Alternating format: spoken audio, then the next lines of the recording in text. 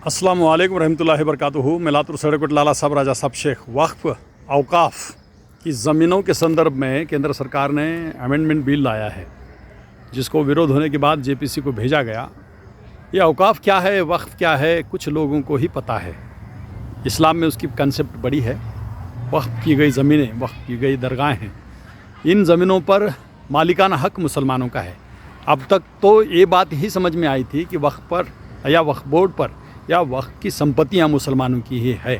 तो बाज़ाब्ता एक एक्टिविस्ट हैं जो हिंदुत्व के ब्रांड माने जाते हैं, उन्होंने एक मुहिम चलाई कि वक्फ बोर्ड को बर्खास्त करो, वक्फ बोर्ड की संपत्तियों को ताबे में ले लो।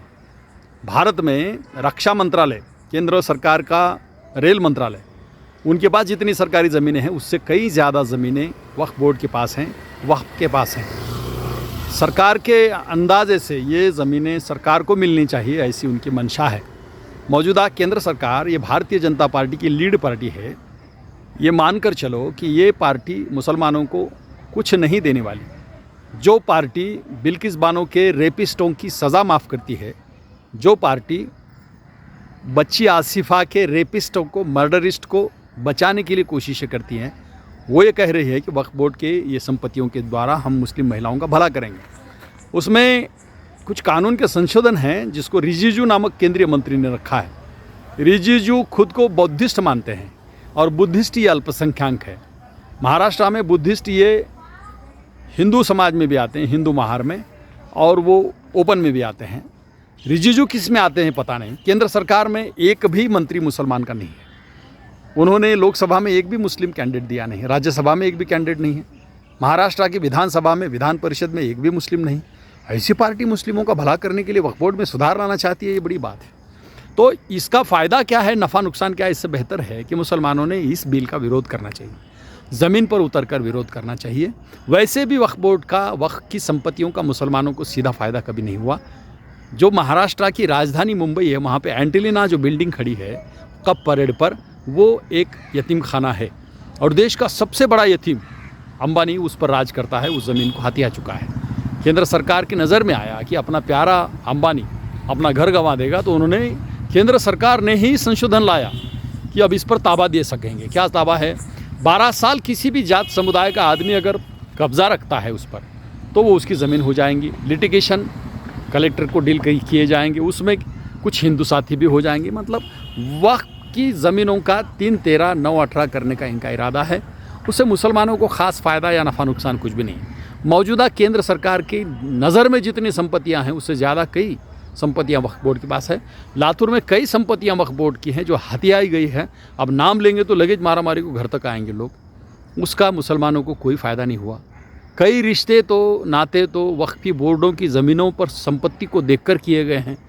उस ज़मीन का कुछ लोग 100, 200, 500 रुपये भाड़ा भर के भी फ़ायदा ले रहे हैं। कोई 99 साल के करार पे चल रहे हैं। उसका मुसलमानों को डायरेक्ट कुछ फ़ायदा नहीं हुआ। मुसलमानों ने वक्फ बोर्ड की ज़मीन को यूनिवर्सिटी में कभी तबादला, यानी कि उसका तब्दील नहीं किया। मुसलमानों ने वक्फ बोर्ड की संपत्तियों का सीधा सामाजिक फ़ायदा कभी नहीं लिया। इस तरीके से वो ज़मीन हथियाने का केंद्र सरकार का जो इरादा है बड़ा कठोरतम है, क्योंकि उसमें बोर्ड में वो हिंदू समाज को भी घुसाना चाहती है। हालांकि चारधाम के बोर्ड में कोई हिंदू मुसलमान नहीं है, हालांकि शिरडी के बोर्ड में कोई मुसलमान नहीं है, बालाजी मंदिर के बोर्ड में कोई मुसलमान नहीं है। ये सब जो एरियाज़ हैं ये वो हिंदू बहुल रखना चाहते हैं और वक्फ की संपत्ति को हथियाने के लिए वो बोर्ड में हिंदू समाज को अंदर डालना चाहते हैं। इसका ये सीधा मतलब है केंद्र सरकार जो भी आपका बुरा चाहती है, जो भी कर सकती है वो करने वाली है। उसमें से वक्फ बोर्ड की संपत्तियों का बंटवारा है। उसमें वक्फ बोर्ड की वजह से क्या हो जाएंगे, आगे चल के दरगाहें, खानकाह हैं, यतीम खाने, अशुर खाने जो बचे हैं, या तो लाल किला भी वक्फ बोर्ड में आता है, ताजमहल वक्फ बोर्ड में आता है। ये सब बातें वो हथिया चुके हैं।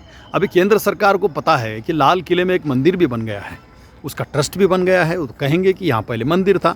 ये इसके लिए फ़ायदा है। उन्होंने रात दिन कार्यरत रहते हैं और हम रात दिन चुगलखोरी में, कुटानखोरी में, फोनाफोनी में रहते हैं। इसका नुकसान हमको, हम सामूहिक तौर पे कभी एक होकर के इस बात का डट कर मुकाबला नहीं करते। इसलिए बाद में जो असरात होते हैं, आप समझो निलंगा तालुका में एक बंदे ने, राजकीय बंदा है, उसने वक्फ बोर्ड की ज़मीनें बेच के प्लॉटिंग की है, बोलते बाज़ाब्ता प्लॉटिंग चल रही है। यहाँ केंद्र सरकार का ऑफिस नहीं है, मगर राज्य सरकार का एक वक्फ बोर्ड में ऑफिस है इधर में, मरकज़ के बाजू में, तो वहाँ मक्खियाँ भी नहीं बैठते, मच्छरा अंदर हैं, चूहे अंदर हैं, दफ्तर किधर है कि पता नहीं, वक्फ बोर्ड की संपत्तियाँ कई जगह पर हैं। अभी औसे में एक दुकान है बोलते, वो दुकान का भाड़ा कितना है पता नहीं। वो ऐसा है, मतलब गरीब की जोरू सबकी भाभी की तरह वक्फ बोर्ड की संपत्तियाँ हैं, सिर्फ हथियाने के लिए ये फ़ायदे का रहती है। यहाँ पे अब्दुल अजीज़ नामक एक वक्फ बोर्ड का चेयरमैन था, तो उसने यहाँ के लातूर के स्थानिक के जो कांग्रेस के कद्दावर नेता देशमुख हैं, उनको कई ज़मीनें आवंटित कराई है औरंगाबाद में, ऐसा मैंने सुना। यहाँ के चांदू को भी कई ज़मीनें मिली है, ऐसा मैंने सुना। जो भी बोर्ड पे रहा, जो भी वक्फ बोर्ड पे रहा, उसने अपने ज़मीनें अपने नाम पे कर ली, मालमत्ता की तरह कर ली, ईमानदारी से कर ली। इस तरीके से मुसलमानों को वक्फ बोर्ड की संपत्तियों का कुछ पता भी नहीं है। अगर है होता पता तो वो भी हाथ मारने के लिए लोग तैयार रहते थे, क्योंकि हमारे पास सामाजिक जो गुण हैं वो कम हैं, सामूहिक बातें कम हैं। हम किसी का नुक्ताचीनी करने के लिए भर भर के पेजेस लिखते हैं, उसके नीचे भर भर के कमेंट डालते हैं, लेकिन वक्फ बोर्ड की संपत्तियाँ हिंदू समाज अभी अख्तियार कर लेगा या केंद्र सरकार की मदद से उस पर ताबा कर लेगा, ये हमको पता नहीं है। केंद्र सरकार को पता है कि दिल्ली के मेहरौली में, दिल्ली में कई जगह पे ऐसे खाली जगह पड़ी हैं, उसका केंद्र सरकार और दिल्ली की सरकार ने फ़ायदा भी लिया है। कई वक्फ बोर्ड की ज़मीनों पर केजरीवाल ने ताबे करके कब्रिस्तानों को बर्बाद भी कर दिया, वहाँ पे हॉस्पिटल भी खड़ा कर दिए हैं। कब्रिस्तान भी वक्फ बोर्ड में आता है, लातूर का ईदगाह मैदान वक्फ बोर्ड में आता है। इतनी कीमती चीज़ें अगर वहाँ पे कोई ट्रस्ट बन के दूसरा ले गया तो उसको आप ऑब्जेक्ट नहीं कर सकते। ये केंद्र सरकार का कानून है, और केंद्र सरकार का कानून मुसलमानों की संपत्तियों पर आंच लाने के लिए है, उसको बर्बाद करने के लिए है, हथियाने के लिए है। इसलिए वक्फ बोर्ड के कानून को पास होने देना गुनाह भी है। 23 जेपीसी के मेंबर में से सिर्फ असादुद्दीन ओवैसी एक मेंबर उसमें लिया गया है। जेपीसी का मतलब है 4 दिन ठंडे बस्ते में विषय डालो, बाद में करा लो। केंद्र सरकार ने कभी भी कोई मुस्लिम विरोधी कानून रोका नहीं है, उसको पास कराया है, राज्यसभा पास कराता है। राष्ट्रपति जी तो बाहर टेबल डाल के बैठते, सिक्का और ये लेके